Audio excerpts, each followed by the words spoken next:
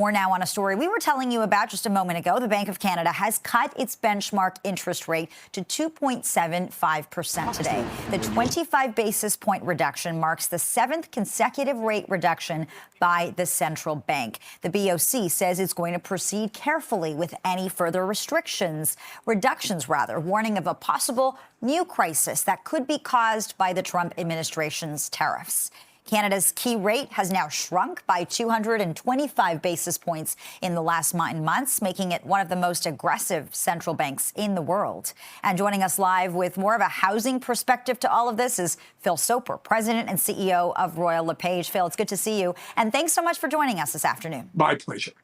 Look, there has been a lot of volatility in the markets. The numbers are certainly not looking good as this back and forth continues when it comes to this trade war. What do you think this rate cut is going to mean for the housing market? Obviously, the central bank had to do something to react here.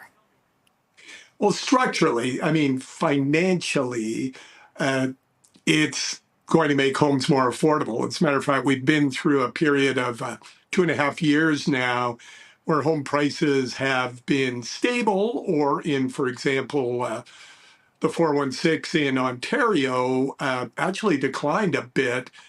The cost of borrowing has gone down, and wages and salaries have increased. So it's not often, if you look back over the last 50 years, that housing actually gets more affordable in Canada and in Southern Ontario, but that's what's happening.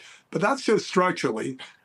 Psychologically, obviously, as long as Trump continues to hammer his own citizens and businesses as well as ours, people are going to be on their heels and feeling the pressure, feeling the stress of the current environment.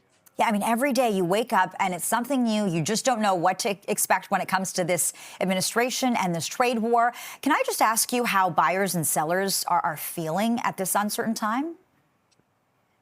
Well, two things have happened. One, first-time buyers who are the ones that have the biggest difficulty getting into housing in our big, expensive cities have been moving. So we're seeing first-time buyers, they see condominiums on sale, they have been in a long time, and they're actually moving. Existing homeowners who say need to move, but they don't need to move urgently, are actually listing their homes. The number of homes listed in Canada, right across the country, has climbed considerably.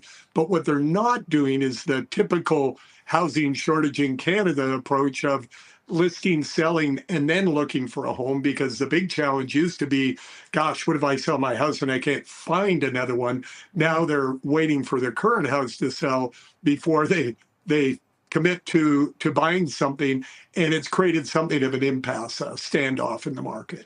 Yeah, I'm sure the tariff situation is really changing the housing landscape. Phil Soper, CEO of Royal LePage, always good to be with you and to get your insights. Thank you for your time.